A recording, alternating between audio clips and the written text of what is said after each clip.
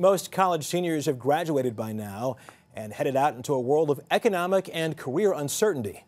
A good time for some bucking up. And that's tonight's Sunday cover. Commencement speakers with words of encouragement for the college class of 2010.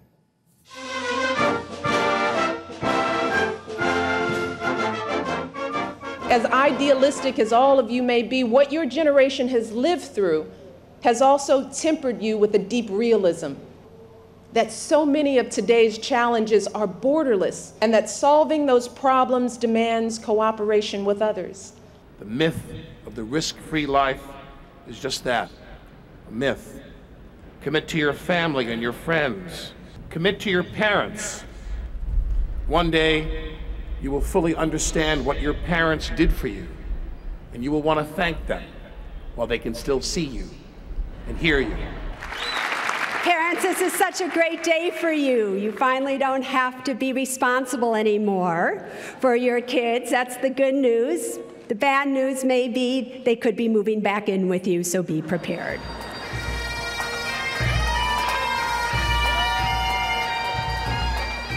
You should take a pledge. You'll say to yourself that I'm not a job seeker. I'm a job giver. I am an example of what is called the American dream. I seen what a lot of people thought was impossible. I seen me on a donkey, getting on an airplane, landing in America, playing Madison Square Garden, and then taking that dream back to my country. I was told to my face, you're nothing but a giant muscle. You can't act. You have no future and you have an accent that is laughable. And that's exactly what my wife Maria said to me on our first date.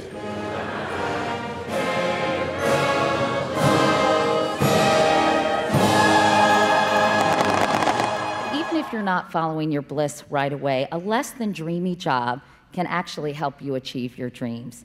You'll learn what you don't want, and you may meet people who can lead you to what you do. Do your best. Set your expectations high.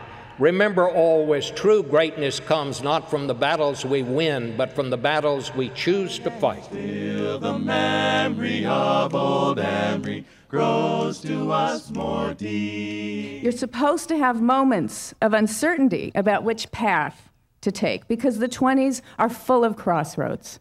By the way, I think it's always a good move to listen to that inner voice, if it doesn't lead to a crime.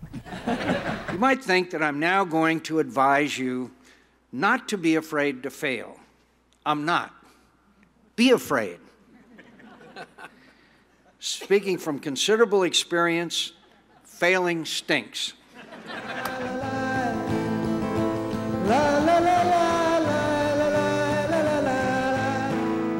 Now, don't get me wrong. I love making money. I love it, really, I love it.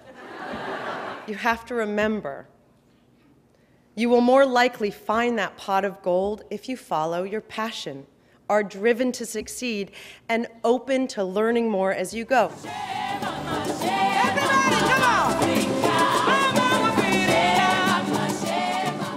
As you consider what to do now, you shouldn't necessarily feel that your next step is the most important one you'll ever take. It's not. You're going to go down many paths that go nowhere, especially you English majors. You need to arrive early, you need to stay late, you need to make yourself indispensable. You should probably also get rid of all those Facebook photos of you passed out on Bourbon Street. Just an idea, just a suggestion.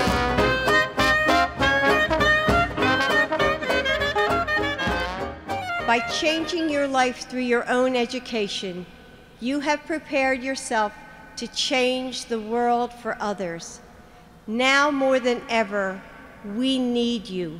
Between our iPods and BlackBerries, life on its surface may feel easier today than ever. The truth is that there is nothing easy about 2010, which means you have a choice to make. You can decide that life has dealt you a bad hand and you can give up.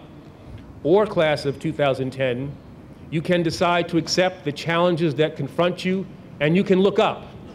And because it's dark enough, you can see the stars.